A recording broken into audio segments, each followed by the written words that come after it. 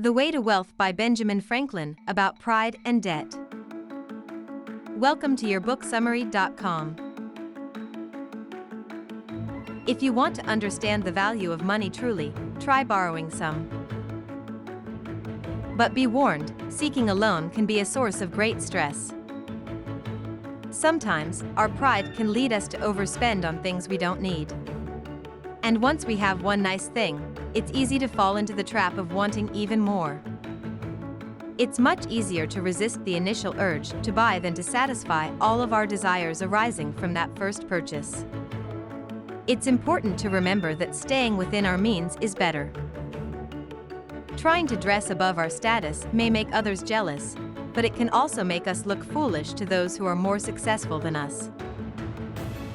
Being proud of our fancy clothes won't bring any real value to our lives or our families. It won't make us healthy, ease our pain, or make us better people. Being in debt can be a dangerous trap that takes away your freedom, dignity, and power. As Benjamin Franklin once said, the second vice is lying, the first vice is running into debt. It might seem like a good idea to buy something now and pay for it over a few months, but the truth is that your creditor has true control of your life and affairs during that time and likely beyond.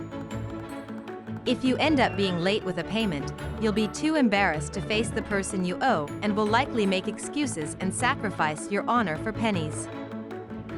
You shouldn't feel fearful or mortified to encounter anyone if you're free.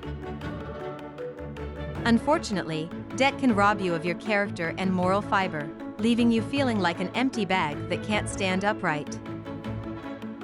Have you ever thought that putting yourself in debt can be just as oppressive as being forbidden to dress or eat as you please? If the government were to issue a law prohibiting you from dressing like a gentleman or gentlewoman or enjoying a fine meal, you would likely fight back and argue that you should be free to do as you please. But when you're in debt, you're subjecting yourself to the same kind of tyranny. Your creditor holds all the power and authority over your life, and they can even resort to extreme measures like putting you in jail or selling you as a servant to pay off your debt. It's important to remember that being in debt can have severe consequences for your freedom and well-being.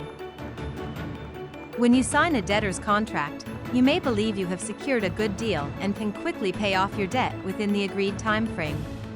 Unfortunately, owing money accelerates time and slows your ability to make money. Additionally, creditors have better memories than debtors and pay close attention to the due date. Even if you hope your creditors will forget, they never will.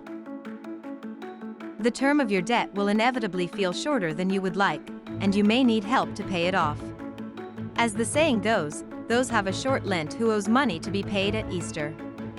It's no secret that obtaining funds can be challenging, but expenses are never-ending, a certainty that's as inevitable as death. As the proverb goes, it's easier to build two chimneys than to keep one in fuel.